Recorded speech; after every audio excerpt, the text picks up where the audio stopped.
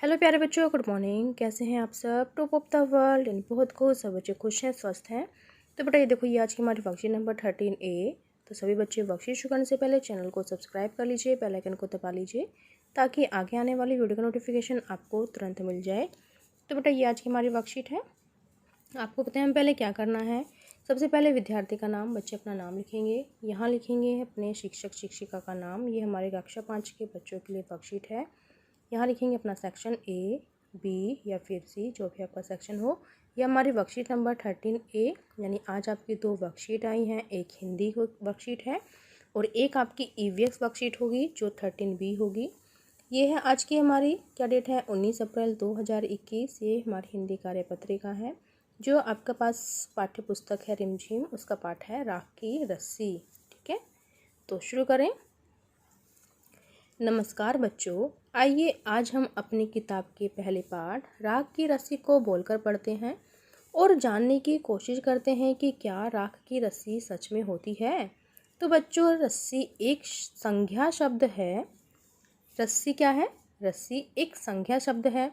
आज हम पाठ में आए संज्ञा शब्दों के बारे में कुछ बातें करेंगे। हम पढ़ चुके हैं कि किसी व्यक्ति, वस्तु, स्थान या भाव के नाम को संज्ञा कहते हैं। तो चलिए अब हम संज्ञा के भेदों के बारे में पढ़ते हैं। तो यहाँ पर देखो बेटा, यहाँ है संज्ञा के भेद। व्यक्तिवाचक संज्ञा, जातिवाचक संज्ञा और भाववाचक संज्ञा। जैसे कि किसी व्यक्ति का नाम होता है, किसी शहर का नाम होता है, किसी वस्तु का नाम होता है, तो वो होती है व्यक्तिवाचक संज्ञा। जैसे कि मोहन, सेब, केला, दिल्ली, बाजरा आदि। और जातिवाचक संज्ञा में सभी जानवर आ जाते हैं, सभी फल आ जाते हैं, शहर आ जाते हैं, सभी तरह के अनाज आ जाते हैं आदि। और भाववाचक संज्ञा होती है जैसे कि मोटापा, अच्छाई, बचपन, चालाकी आदि। ठीक है, तो आज का हमारा प्रश्न है प्रश्न नंबर 1।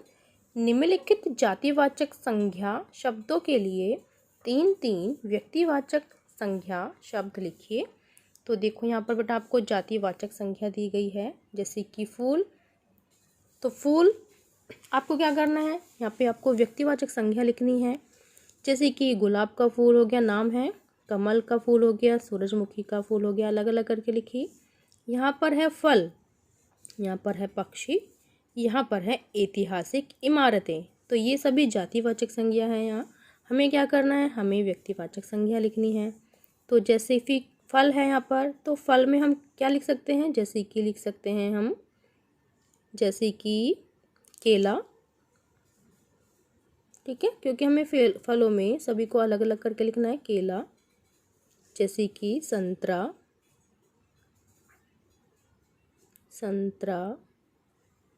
जैसे कि पपीता, सेब,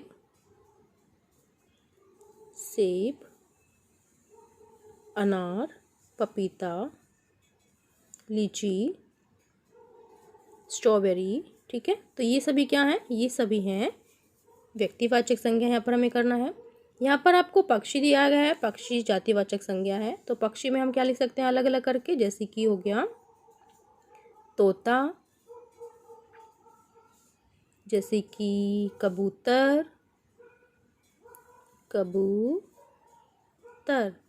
तोता, कबूतर, मैना, कोयल, चील, बाज, है ना। तो ये हो जाएंगी कोयल। यहाँ पर है ऐतिहासिक इमारतें। तो ऐतिहासिक इमारतों में जैसे कि हो सकता है लाल किला,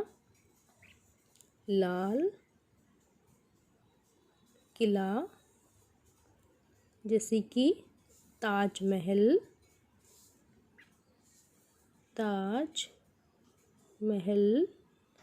जैसे कुतुब मीनार, हुमायूं का मकबरा। ये सब क्या है, ये सभी हैं ऐतिहासिक इमारतें। ठीक है, कुतुब मीनार। तो हमारा फर्स्ट कंप्लीट, हमने व्यक्तिवाचक संज्ञा लिख ली है। फिर नेक्स्ट देखो बेटा, प्रश्न नंबर 2। नीचे लिखी गई पंक्तियों को ध्यान से पढ़िए और उनमें आए संज्ञा, व्यक्तिवाचक, जातिवाचक और भाववाचक शब्दों को छांटकर अपनी कॉपी में लिखिए। लोनपोगार तिब्बत के राजा सोनगवसेन गाम्पो के मंत्री थे। एक दिन लोनपोगार ने अपने बेटे को 100 भेड़ें देकर शहर भेजा। शहर में उसे एक लड़की मिली जिसने लोनपोगार के बेटे की मदद की। लोनपोगार उस लड़की की समझदारी को परखना चाहते थे, इसलिए उन्होंने उसे राख की रस्सी बनाने को कहा। लड़की ने अपनी समझदारी से राख की रस्सी बना दी। लड़की की समझदारी के आगे उनकी चालाकी धरी रह गई। तो हमें क्या करना है बेटा, ये हमने पंक्ति पढ़ी, इसमें हमें व्यक्तिवाचक, जातिवाचक और भाववाचक शब्द छांटकर अपनी कॉपी में लिखने हैं। ठीक है, तो जैसे कि यहाँ पर व्यक्तिवाचक संख्या लिखेंगे। पहले यहाँ पर लिख देते हैं व्यक्तिवाचक, यहाँ पर लिख देते हैं भाववाचक,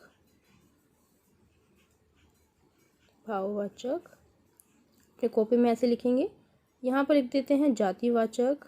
ठीक है, जातिवाचक, तो छांटते हैं। देखिए यहाँ पर लोनपोगार लिखा है। लोनपोगार एक नाम है जो व्यक्तिवाचक संज्ञा में आएगा। लोनपोगार व्यक्तिवाचक संज्ञा में आएगा। ठीक है, फिर यहाँ पर देखिए तिब्बत, तिब्बत जगह का नाम है, तो ये भी व्यक्तिवाचक में आ जाएगा, तिब्बत। ओके, यहाँ पर देखो राजा, राजा क्या है, जातिवाचक संज्ञा में आ जाएगा, तो यहाँ पर हम जातिवाचक में लिखेंगे राजा। फिर नेक्स्ट देखो बेटा, यहाँ पर लिखा है सोनगवसेन गाम्पो। ठीक है, सोनगवसेन ये क्या है, नाम है। सोनगवसेन ये भी एक व्यक्तिवाचक का नाम, यहाँ पर लिख देंगे, संज्ञा है व्यक्तिवाचक। सोनगवसेन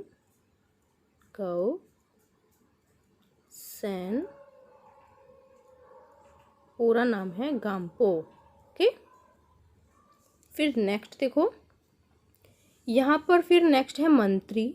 तो मंत्री क्या है बेटा, मंत्री है जातिवाचक, तो मंत्री जातिवाचक में आ जाएगा।